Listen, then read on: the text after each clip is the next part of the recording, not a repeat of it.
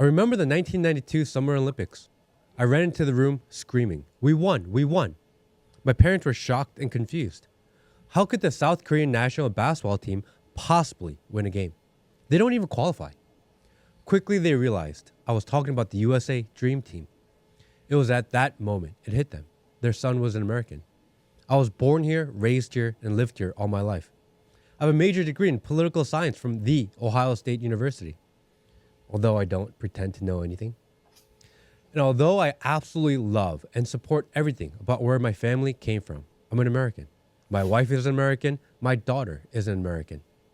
And sometimes being so close to the issues, so close to the game, it's hard to gain a broad perspective, to see the big picture. But sometimes we run into someone that can help us with that perspective, an outsider with insider knowledge, someone that looks at the belly of the beast without the preconceived notions of being born and raised here. That's our guest today, the infamous arch nemesis of the White House press secretary, Karine Jean-Pierre, the chief White House correspondent from Today News Africa in Washington, and one of my favorite follows on Twitter, X. Let's bring in Mr. Simon Ateba. Hey, Mike. Simon, thank you so much for being here, man. Yeah, thank you for having me. I'm so glad to be here, and we have a matching cap, so that's great. Yeah, I love following we're you. totally doing the white hats today. Yeah, I love following you. You're doing a great job, and I saw you in Iowa, and you did really fantastic. I'm sorry that DeSantis kicked you out of his event, but I'm so glad to be here. Well, you're no stranger to being kicked out. You seem to get kicked out all the time, also. Maybe I'm just following your lead.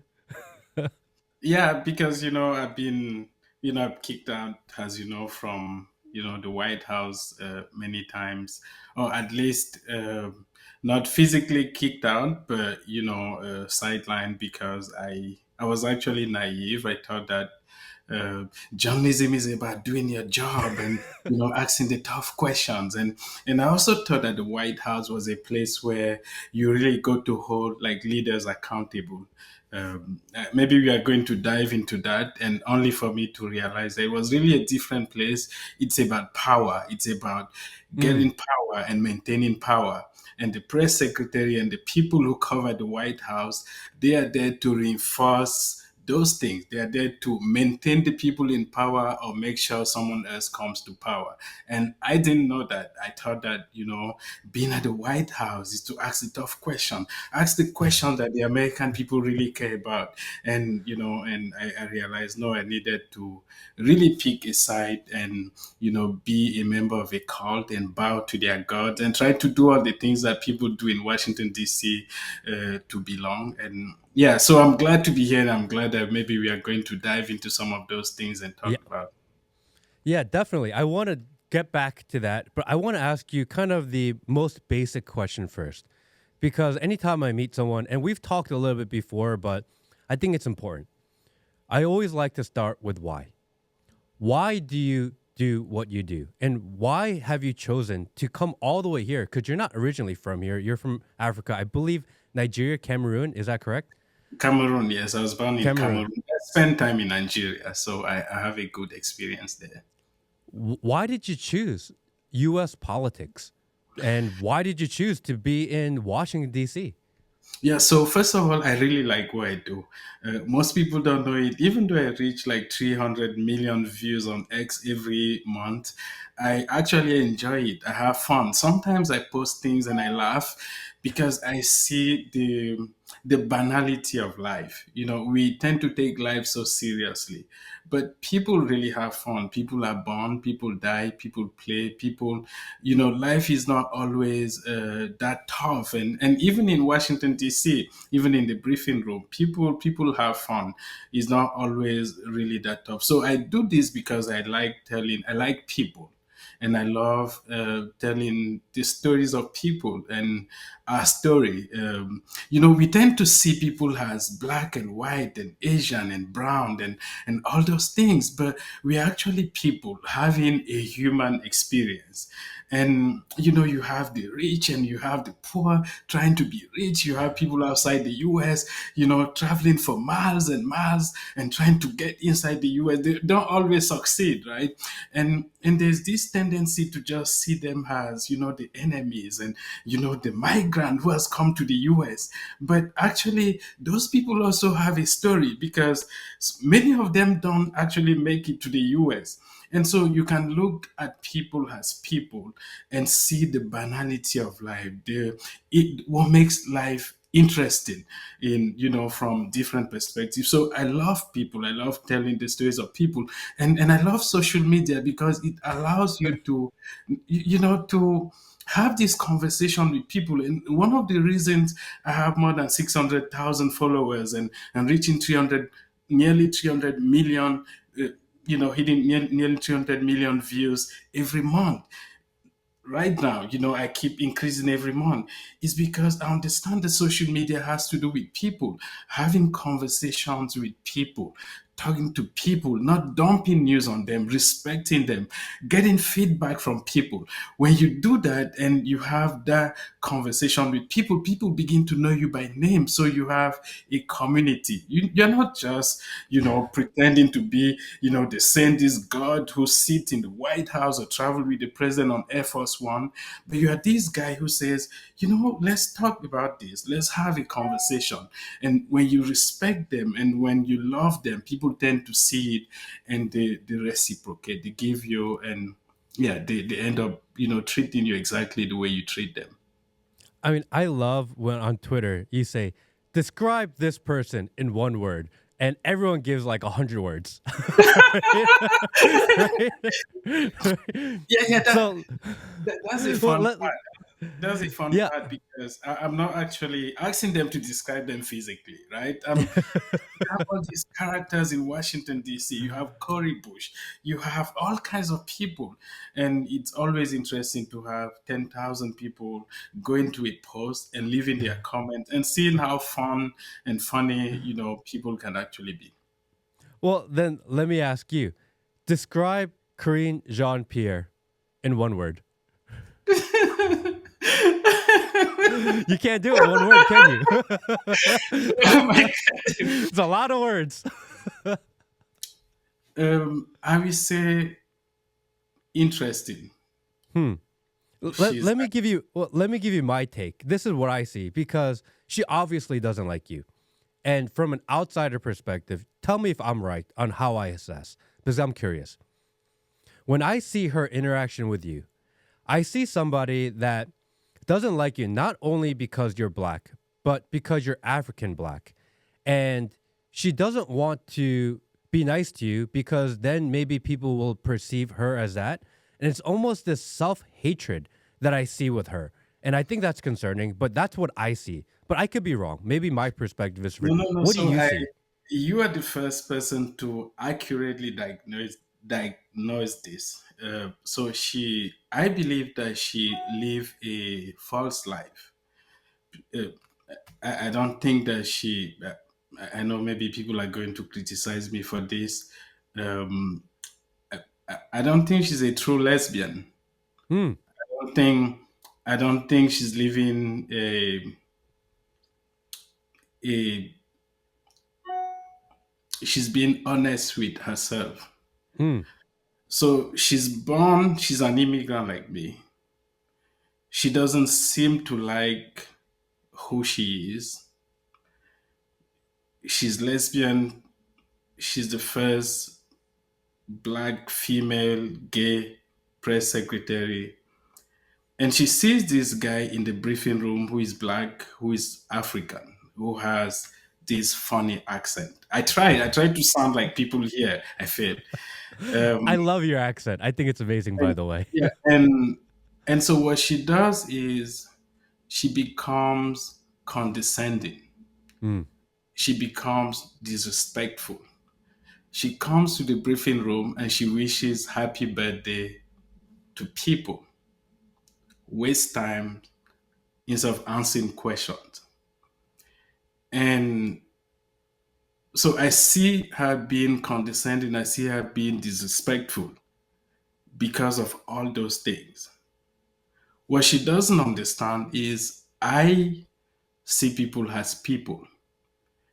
Because in the end, as I said, a human experience, we tend to label people, but people are just people having different experiences. I have many friends who are white, who are broke, who don't have money. And I have many friends who are black, who are broke, who don't have money, who think that the white people have money. and, and I'm like, no, people are struggling. People have different lives and different paths. Some didn't go to college. Many of them didn't go to college. Many people, they don't have a steady job. Some are struggling with, addiction. So, everyone thinks their problem is the other person. The black guy may think that the white person is his problem, and the white guy may think that the black person or the brown person is his problem. But actually, you know, we are all, going through various experiences and Mm, suffering from the same system where some people who have actually oppress the people who don't have. And that's one of the things that I didn't really understand in the White House. So there's that disrespect toward me, but also there's the fact that they can't control me. mm, So when I got to the White House, there's something that I didn't know. If I knew it now, maybe I would have become maybe one of their favorite. As I said, I thought it was about the truth, being honest, asking the right questions that the American people and the American allies in Africa really care about. I didn't know it was just about power. It was just about money. It was just about maintaining the system, the deep state, and all those people and interests.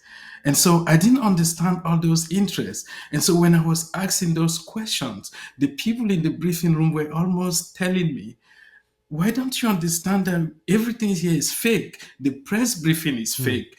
The the we send questions or topics in advance to KJP, and she pretends to read those answers during the press briefing, but everything is fake. We are here for the left or we are here for the right. We are not here for honesty. We are not here for questions. And so I didn't know that, and they punished me. She punished me by discriminating against me, not calling on me, taking my hard pass from me, um, kicking me off the White House Correspondent Association, not inviting me, making sure that I can purchase a ticket for the White House Correspondent Association dinner that the president and the vice president host every year. And making sure that the first lady, Jill Biden, doesn't invite me to the Christmas party at the White House. And so they make sure that you can do those things because they're telling you you need to fall in line. You need to ask the question that we want you to ask. You need to understand the environment. We are not here for honesty. We are here for power. We are here to maintain the people in power. We are here to paint the president in good light. And if you can't do that, and then we kick you out, we show you that we punish you. And they've succeeded in punishing me. And I'm in court, and I hope that we succeed on in the appeal court now, but it's that's what happened to me in the White House. I mean, it's crazy, right? That the people that we trust to ask the questions, that it's all political theater, that everyone's an actor. Even the representatives from the White House are actors. And this is not what we voted for. This is not what we expected. This is not what we want in society. And for it to be like this and for people like you to unveil the truth, it's wild that more people don't realize what's going on in this country. That it's all for show. Do you feel like all of the other reporters feel the same way you do? Like they know? Are they willfully complying Yeah, with so kind of the theater? yeah, I think they are like They also punished me by calling people on the from the Daily Beast and Politico, and they went on Wikipedia and removed my pictures and made sure they wrote really nasty stuff about me. If you go on Wikipedia, there's no picture. You go on Google, you see the one of my worst pictures has my profile picture, the picture maybe 10, 15 years ago. And so those people understand the game. It's a game, it's a show. If you work for the New York Times or work for the Washington Post or Politico or the Daily Beast, you know where you stand. You stand with the Democratic Party, and your job is to attack people on the other side. And so if Simon is perceived to be close to Trump or be close to the right, you need to attack him. You need to um, expose him. And that's what the New York Times tried to do. The New York Times, who couldn't do an investigative story on Hunter Biden laptop, spent a month talking to me to do a story and to try to establish that, some of the things that I've said about me being kidnapped, being arrested, being dumped in the woods, that some of those things may not be true. And they began to talk to people who work with me across Africa. They did that for 1 month, and they came to the conclusion that every single thing that I said was true. And now the only way they could paint me was to say that I become a hero to the right. And they say he's close to, horrible figures like Tucker Carlson and all those people. And so when you bring those people, And me. he's almost, you won't say he's a racist, he's a black supremacist, a white supremacist, and you're like, I'm none of those things. I just love people. I love what I do, and I believe that I can contribute. People come to the US and they don't really embrace the American dream, loving the US, becoming part of the US, contributing to the US. I don't want to be a guy who's just on the sideline. I want to contribute. I'm active. I'm on TV. I'm everywhere. I'm on your show right now. I'm doing stuff. I didn't say to myself, I came to this country as an immigrant, so I'm going to be there, just make all the money and send back to Africa. No, actually help people here. We train students here. We do things here. I want to be part of the society here. I'm here to stay unless you shoot me or you kick me, you kick me out. Yeah, I'm having fun. I'm having fun Mm. doing what I do. So when you first came here, you what were your feelings on kind of the Biden administration? Because this is the first administration that you were able to be a part of. What was your feeling of them when you first got here? And what kind of pushed you? Is it all the what pushed you towards more the right? Because we assume that people internationally support more of the left. That's just what I would assume is true. Yes, exactly. So when I first got to the White House, I was so excited. I have my hard pass. I'm here to do my job, ask all the key questions. Oh my God, I'm at the White House. I need to buy a new suit. And I need to arrange a tie. So I get to the White House and I got there during Trump, but uh, I wasn't covering the White House every day. I began to cover the White House every day because of President Biden. He replaced this horrible man. The New York Times told us that this guy was a racist, and they told us that this guy called Africa an S-hole name. And Mm. so all Africans should hate this guy. This guy hates Africa. He has this Muslim ban. And so that's how I got to the White House. I didn't really like Trump. So I got to the White House because the good guy has taken over. The good guy, Joe Biden, has taken over. And then when I got to the White House, I began to see the discrimination against people like me. So I will sit at the White House and raise my hand for months. They won't even acknowledge me. They will give me a hard pass to cover the White House, but they won't take a question from me. They won't even meet with me. And so eventually I found a way to go to Jen Psaki's office. She used to be the press secretary before Mm. moving to MSNBC. And I asked her, what do I need to do? I mean, I'm here to do a job. uh, do I need to wear a Senegalese outfit for you to call on me because I may be too dark? Maybe I need to wear more white. I need to wear more Brighten white up my shit so you can see me. those down. And she tells me, "Oh, no, I will call on you. When what's your name? Simon." I told her, and she's like, "Simon, I will call on you next time I come to the briefing room." She came to the briefing room for weeks. She didn't call on me. Then I went back to her. I'm like, hey, and I began to realize those discrimination until November 2021. In November 2021, South Africa informed the WHO, the World Health Organization, that a new variant of COVID-19 had been discovered in South Africa, and they had to inform the WHO. And the WHO informed the US. They usually inform member countries, and they informed the US. How did the Biden administration react? They reacted by banning South Africa and seven other countries, including six countries that had zero cases of the variant.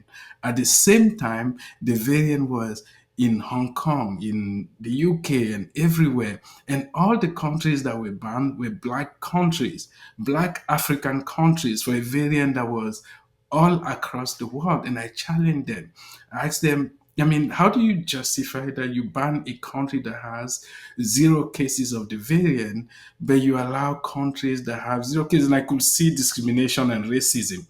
And I began to realize that, oh, so even the Biden administration is not beyond the propaganda, beyond, I'm the good guy, Trump is the bad guy, I'm the one who loves black people and black nation, I'm the guy who is here to reestablish, diplomatic ties and, with the international community.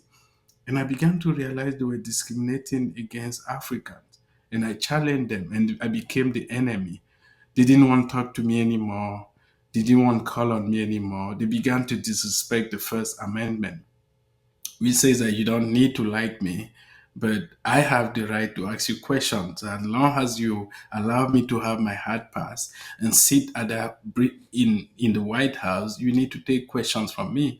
And I began to realize that even when President Biden received 50 African leaders in December 2022 during the U.S. Africa Leaders Summit, uh, they didn't even the press secretary did not take a question from the African guy covering the White House. And for those who don't understand, Africa has between 54 and 55 countries. 54 according to the UN, 55 according to the African Union, because they have, some dispute in Africa. So when 50 African leaders come to DC, it's almost the entire continent that has come to DC to meet with one president, Biden. And the African guy covering the White House is not allowed to ask a question during the US Africa's Leaders Summit. I saw that as an insult and a sign of disrespect, and I realized that they were being racist and discriminatory against me. And then I began to realize that they didn't have, like, everything they were saying was actually fake. They didn't have the backing of Africa. They didn't respect people who were covering U.S. Africa relations in the White House. And and then I received um, support from the right. Tucker Carlson invited me on the show. Hmm. He was nice. He has a good team. He's an amazing guy. And I began to receive, calls from different people, and that's why now I seem to be a guy from the right, but I'm just saying that be fair to people, be Hmm. fair to President Trump.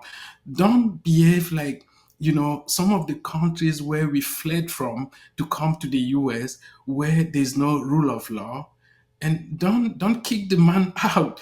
You know, allow the people to choose who they want to have as president. Don't use the court. Don't use the judiciary system. Don't use um, the secretaries of state to remove him. To take him off the ballot.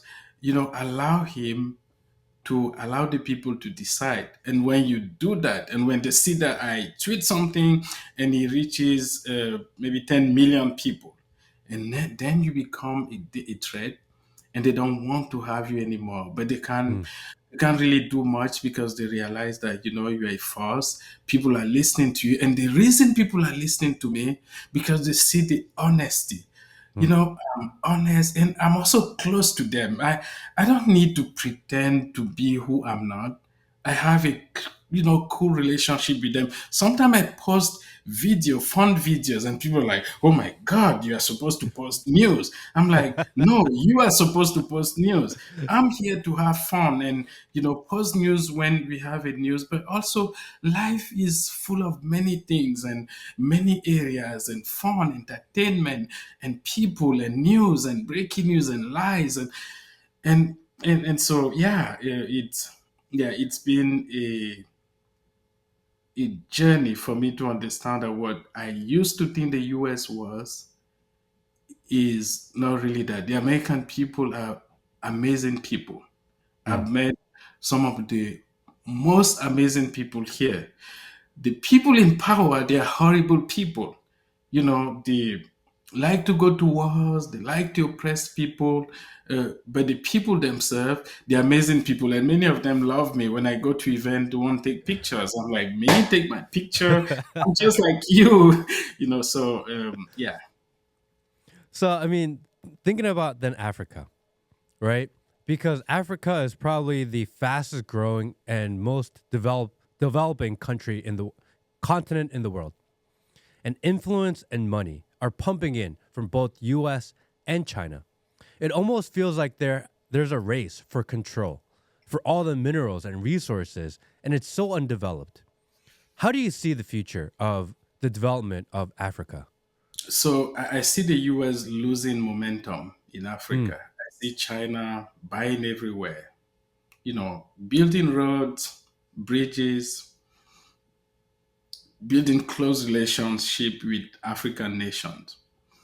And I see the US retreating from Africa. And they knew this. They knew this because in 2022, Secretary of State Blinken went to South Africa to unveil the new US Africa policy. The reason he went there in 2022 was because of the war between Ukraine and Russia. Mm. Because at the UN General Assembly, they realized that they didn't have the support of many African countries because they're not investing in Africa the way they should. And so China is taking over, the US is retreating. I believe that that is a bad precedent because I see the US Africa relation has a good one in terms of democracy, in terms of free market, in terms of, everything. Most people in Africa look up to the US. Some of those ideas are not true. They see this perfect country. And by the way, that's why when people travel for thousands of miles and they come to the US and they see a Fox News guy at the border, right? Say, how do you feel? Why are you in the US? And unknown to them, they don't know the feelings of people here when it comes to illegal immigration. And so they are so open, they are so happy to talk to them because they have that idea of this beautiful country where everybody is nice and everybody loves people who are coming. And so they talk to them openly and realize that, hey, the people really don't like the fact that, thousands and thousands of people are crossing the border every day unchecked. And so the feelings are changing, and maybe you shouldn't talk to those people that much when you get to the border. so The um, people that are coming here have no idea how they're going to be received because when they're on their way, people think that they're going to be so accepted because that's the message that the White House is putting out, right? That you're welcome here. And they show up and like, wait a second, they don't want us here. And it's shock, right? They didn't yes, expect it. yes, they're so shocked because the propaganda, the US Mm. propaganda around the world, has painted the US as this beautiful country with amazing people who receive everybody. It's a country filled with honey and milk and money and niceness and decency and acceptance, and where everyone from every religion is accepted. And so when they come here, and especially when they come here illegally, and they realize, oh, people don't actually want us here, because they don't understand that people want you to come here legally. And but when people see thousands of people crossing the border illegally, they they begin to dislike you. Hmm. And so, but they don't know that. All they know is these people actually don't like us. They watch TV and people are protesting. People come to the airport and videotape them, and they are shocked because they're like, that's not the image of the American that they have. The image that they have is a nice,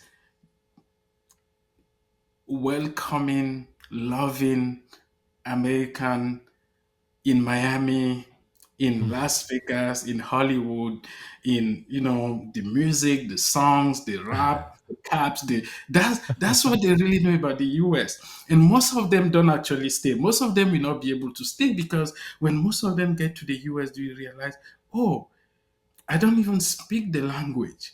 It's so hard for me to get a job permit. And even when I get the work permit, it's so hard for me to even secure a job. They don't know anything about taxes. They don't, and they don't know anything about the weather, how cold it is, and some of them eventually, they go back but the only reason they go back or they become anti-America is because they had a falsified image of what the US is. Hmm. It's almost like when you meet a man or a girl for the first time, you exaggerate how beautiful and how nice and how awesome they are. When you spend a month, 2 months, 1 year with them, you begin to see fault, or they do something you don't like, and then now you exaggerate their fault and you begin to criticize them, you begin to dislike them. What you should do is to understand that people in the US, the majority of people are just nice people who want people to come here legally. They but they also have all those things, greed and envy and all those things within them, and people, it's hard for people to really understand that people are just people all over You the world. you get all the way to LA, and then you get here thinking it's gonna be Hollywood and sunshine and everything's beautiful, and there's homeless people everywhere. And they're like, huh. This is I can't believe I left home for this. It's better home. It must be shocking for some people because in your mind you think Hollywood is gonna be amazing, and all of a sudden they're like, wait, there's so much crime. There's drug addicts on the floor. This is cleaner at home. Yeah, it can be shocking. And the US is a place where, from my experience, it's either you make it or you don't make it. Mm. And and and so when you come, because you begin from the very bottom, you don't have money. All the money that you brought, if you brought your Nigerian naira or Cameroonian franc CFA, it you can it cannot sustain you for a week in the US. And then you begin to see you don't have a job, you don't have money. There are homeless people on the street. People are not giving you food like in Africa, where you can go on someone's door and you knock, you say, hey, I'm hungry, let's eat. People lock their doors. They don't talk to each other. People, I mean, it can be so tough, and you realize, do I really want to live here? But you need to get to know people. As you get to Mm. know people and you get to know your environment, you begin to, it will take time though, for you to really understand, hey, this is a land of opportunities, but you need to work hard. You need to do some things. And once you have those basic things, you live a good life and you can travel, you can go everywhere. But the beginning is always tough. Personal responsibility, and the willingness to do the hard things and invest in order to better your life. No one's going to give you anything here. It's all about the opportunity to improve your own situation. I got a question about probably the most viral moment, at least for you in recent history, is when you got into a interaction with Korean Jean Pierre when the cast of Ted Lasso was at the White House. What what is the cast of Ted Lasso, a TV show, doing at the White House during a White House briefing, which I thought was weird to begin with. And sometimes they bring in different sports figures.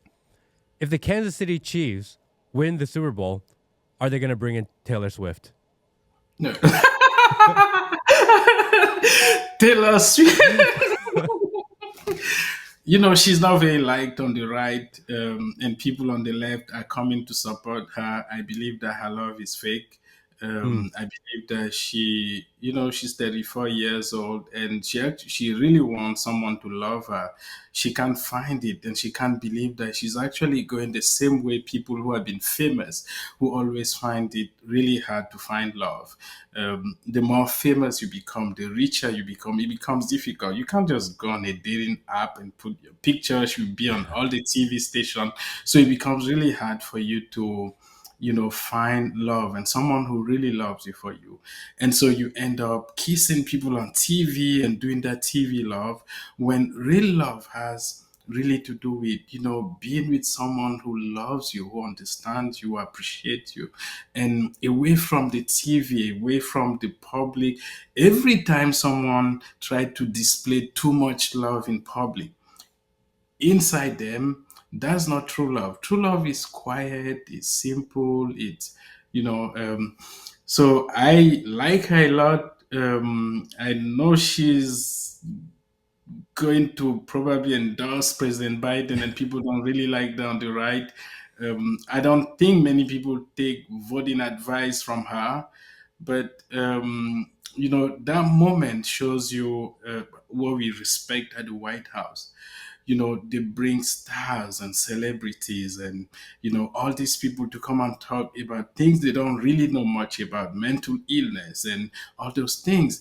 And they don't actually pay attention to the people who are in the White House, who do the job every day, who are now being called on, who come to the White House, and it takes a lot of time and money and patience and all those things. And I was at the White House, and I think I snapped, realized that I'm here trying to do my job, trying to ask questions. She won't even call on me in months, and now she's bringing all these celebrities to for a show because they're there for just 15 or 20 minutes to do their shows, and then they're everywhere. They are back in Hollywood. Or I don't know where they came from. And just we went to the White House, and I realized there was something wrong with that. You need to respect the people who come to the White House every day to do their job, because those people are representing the American people and the American allies. Allow them to do the job and call on them even when they don't like them. That's what the First Amendment says. You need to allow people to speak even when you dislike them. You need to allow people to protest even when you disagree with them. Once you say that no, anyone who disagrees with me cannot talk or cannot protest, then you're heading toward dictatorship. And so what you're doing is you're trying to impart to the US what is happening in different countries around the world where people are fleeing from because they don't have the listen. What makes the US the greatest country in the world is that freedom. The fact that in the US you can say things that people can't say in different countries. You can ask questions that people can ask in different countries. They will be arrested, they will be jailed, they may even be killed. But when we lose that, then we are losing the greatest country in the world. That's why I fight so hard. Because I'm like, I've been to countries where you can't speak. And the US is almost like the last country left where you have those freedom. And those freedoms also come with creativity. That's why we create, if we attract the best brains in the US, we create everything from Facebook to X to Google to what we are using now, all the apps. Most of those things are created here, sometimes by people who come from other countries. but they come here because this is the place where you can create, this is the place where you can innovate. And I'm like, we shouldn't lose it because, and the reason people are trying to lose it because they've never really lived in other countries and they are taking it for granted. We have it. This is the greatest country in the world. Because of those things, we should maintain it. And that's why I went to court. And went to the appeal court. And I'm like, no, we need to respect the First Amendment. If you allow me to be in the White House, but you actually ban me for trying to do my job, there's something fundamentally wrong with that. And I'm going to continue fighting. Well, I appreciate that because I believe the same. Freedom of speech is the most important thing, and it's what separates this country from every other country in the world. And if we lose that, if we lose our ability to speak, we lose our ability to think, to create. And once that goes, the whole thing falls apart in the entire world because this is last stand for people's ability to speak and think freely. And I love what you're doing because, again, I think it's the most important thing. It's the most important thing to me and 100% the reason why I do what I do. So I appreciate you. I appreciate Thank that. So, thing about, we talk a lot about President Biden these days because number one, he's the actual president of the United States. And we make a lot of jokes and we laugh and poke fun that he's maybe getting senile or that he's suffering from dementia. And a lot of it is just the internet just talking shit, right? What's your honest take on an assessment of the condition of President Biden? So when I've attended a few events with the president. Um, I don't think he can spend another 4 years there. I Hmm. sincerely believe that President Biden should retire and allow someone younger to be there. I believe that he's been in politics for long. He is not um, mentally strong enough the way he used to.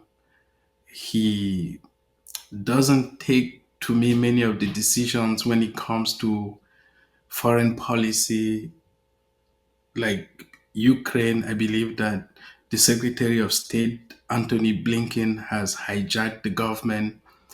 He has had the most influence on all those wars from Ukraine to Israel to the Middle East and maybe to a third world war. And he's the guy with the most influence in the White House because he's determining the billions and billions and billions of dollars that are going to these countries and these people. And so I believe that the president is exhausted. He doesn't have the mental abilities to continue to be in power for another 4 years. I don't know if he'll be able to, if he's strong enough to campaign even this year. And so I believe that he should just throw in the towel based on how I see him, based on everything I've seen. They try everything to make him look good.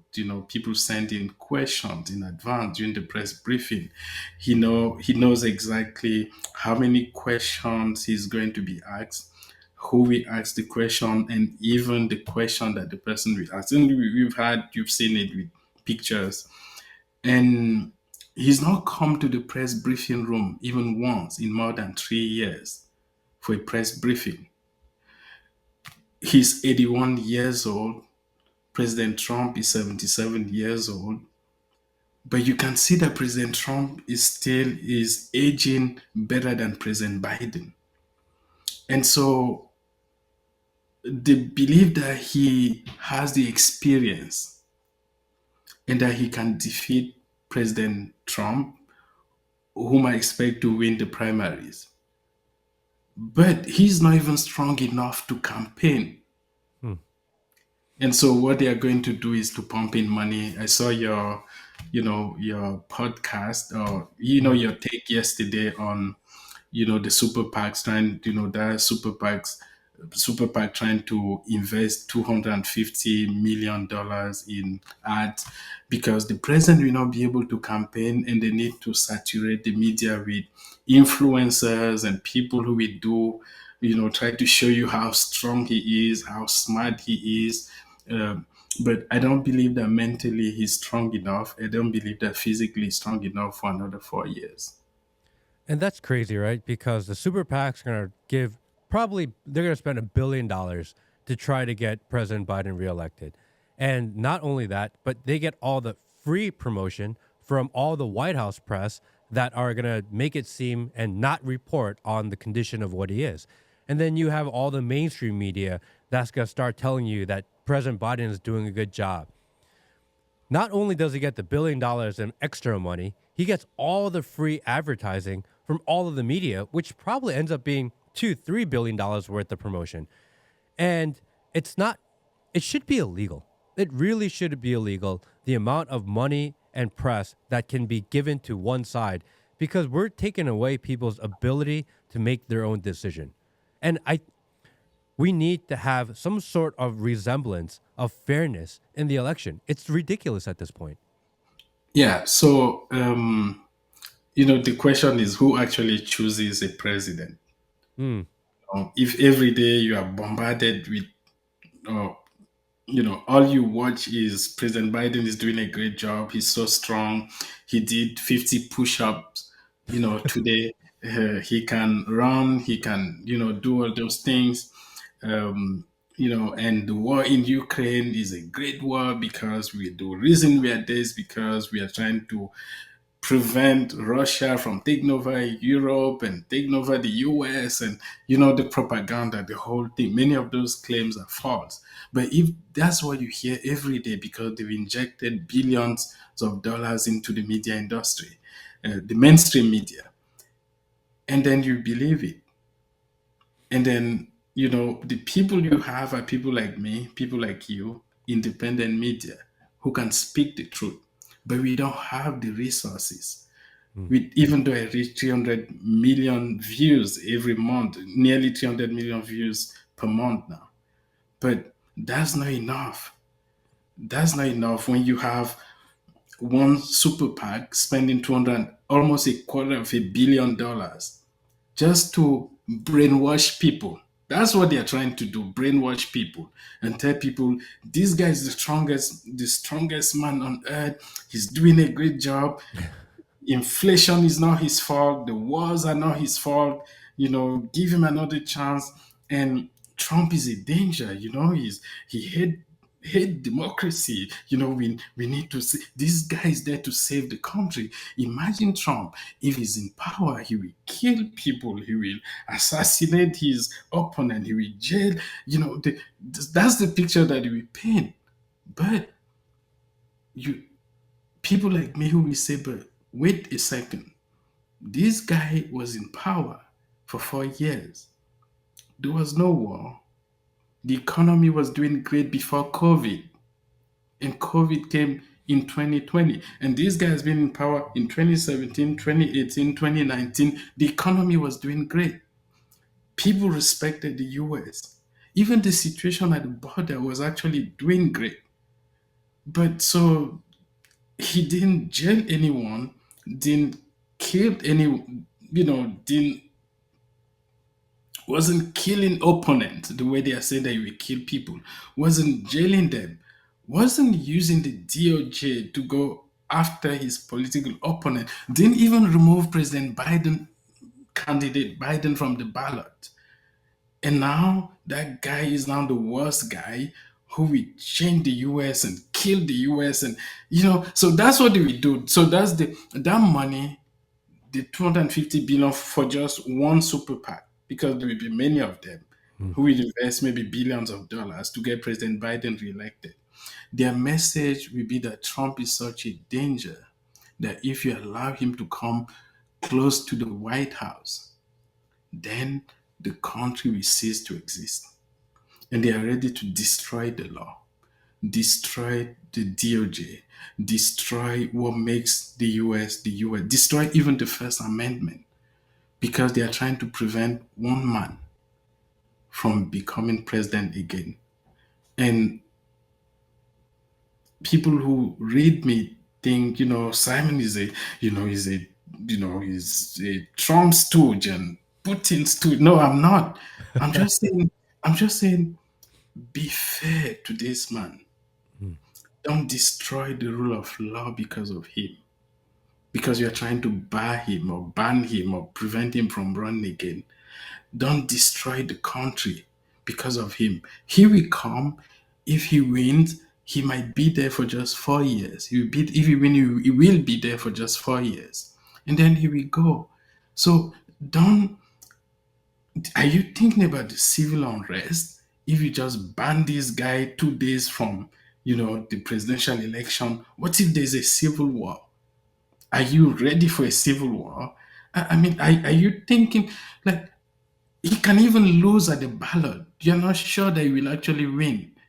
But now, it's like, okay, if we can't stop him in court, we now have all this money because President Biden can campaign. His approval rating is so low, even among Democrats.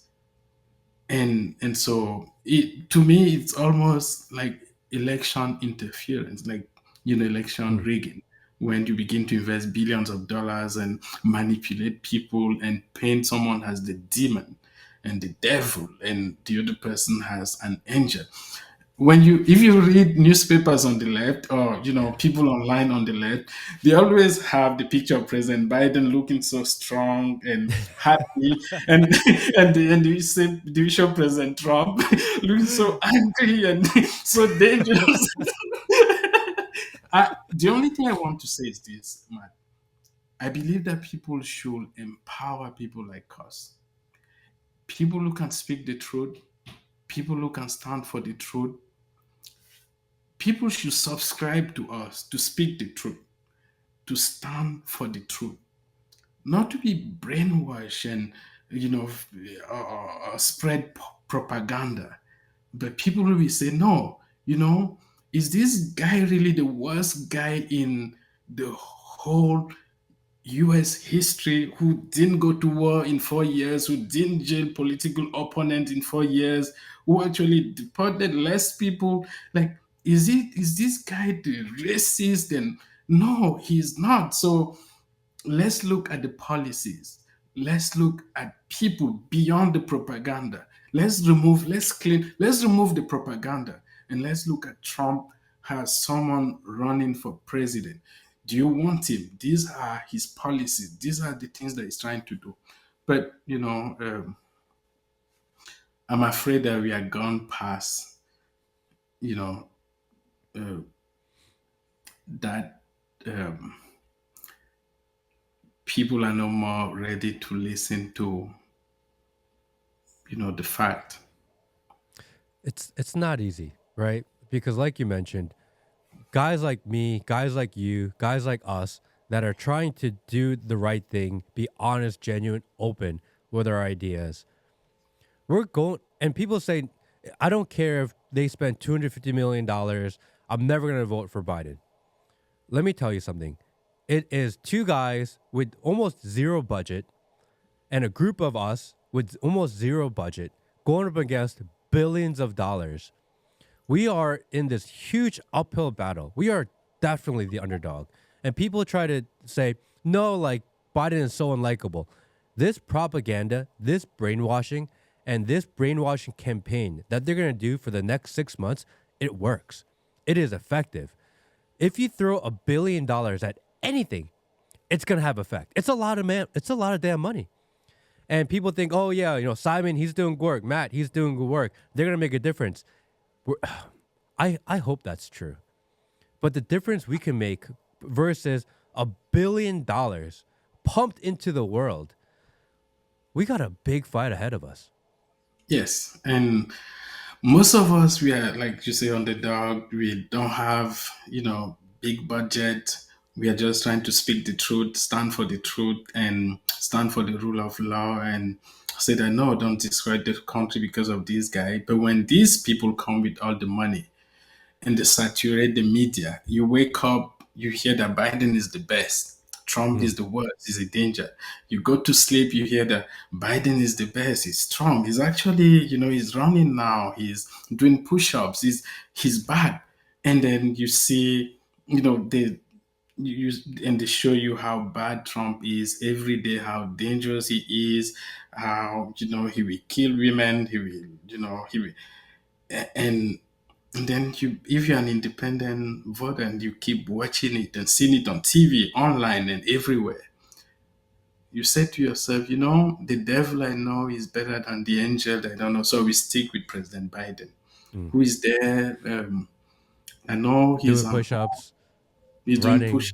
running, So I riding his mean, bike. yeah, riding his bike, falling off.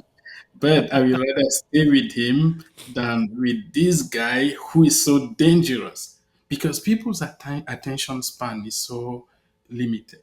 Mm. They don't.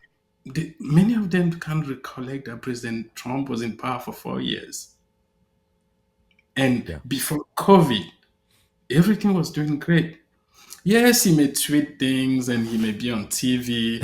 He's a showman. He may do things, and and then we say he tweeted this, he said this, and he's a horrible guy. Can you imagine what he said today? But what he said today, but we are not fighting. We are not. He's not starting a new war.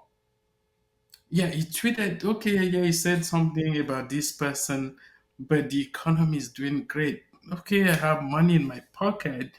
Yeah, the whole drama. And I will tell you, the mainstream media, they're the biggest hypocrites because they Mm. like Trump. He gives them the biggest ratings, and they pretend not to like him. And they were the one, using his tweet and using all those things to say that the world was coming to an end. Everything is falling apart. Trump is destroying the White House. Oh my God, can we even save that White? That's what they were doing, and the people don't understand the hypocrisy. In Washington D.C., they don't understand the manipulations and how people are trying to show you how worse this guy is when actually they are doing the same thing and even worse. They are doing worse than Trump did.